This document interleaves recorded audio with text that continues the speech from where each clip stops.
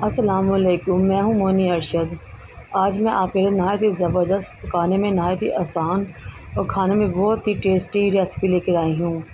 ये है homemade hot wings. ये मेरी अपनी रेसिपी है। 1 किलो विंग्स लें, इनको अच्छी तरह धो लें और खुश्क कर लें। फिर एक बाउल में डालें।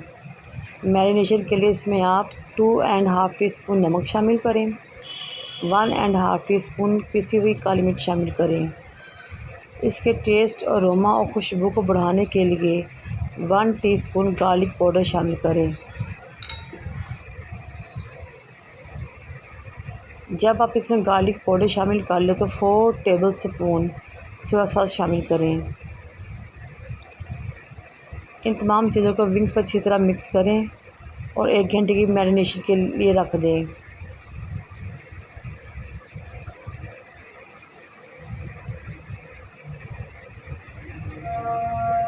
एक बोल में 2 अंडे तोड़ें, उनको अच्छी तरह बीट करें। एक प्लेट में मैदा लें और एक प्लेट में ब्रेड क्रम्स लें। अब आप मैरिनेटेड किए हुए हॉट विंग्स निकालें। एक एक विंग को आप अंडे में डिप करें। फिर इस अंडे में डिप किए विंग को मैदे वाली प्लेट में डालें और अच्छी तरह मैदा उसके ऊपर रोल कर दें।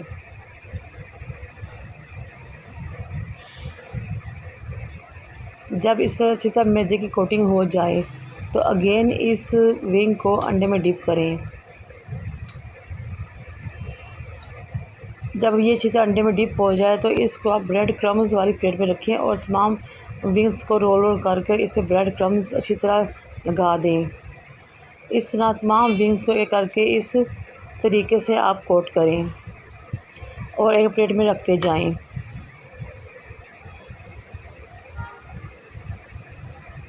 ये नहायत ही ज़बरदस्त, खस्ता और क्रिस्पी बनते हैं और टेस्ट में तो बहुत ही ज़बरदस्त होते हैं।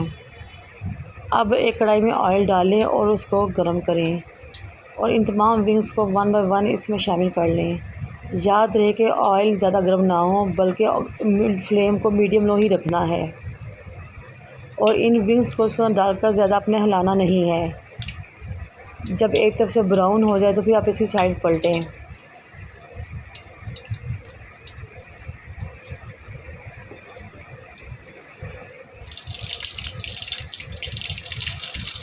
ये देखिए विंग्स कितने ज़बरदस्त गोल्डन ब्राउन हो रहे हैं।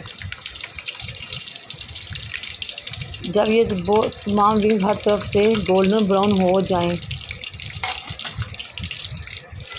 तो आप इसको निकाल लें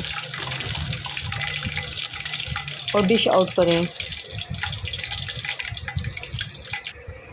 देखिए माशाल्लाह कितना प्यारा और ज़बरदस्त कलर आया है और बहुत ही क्रिस्पी और खस्ता बनते हैं और बनाने में तो बहुत ही आसान हैं। बच्चों की ये पसंदीदा डिश है।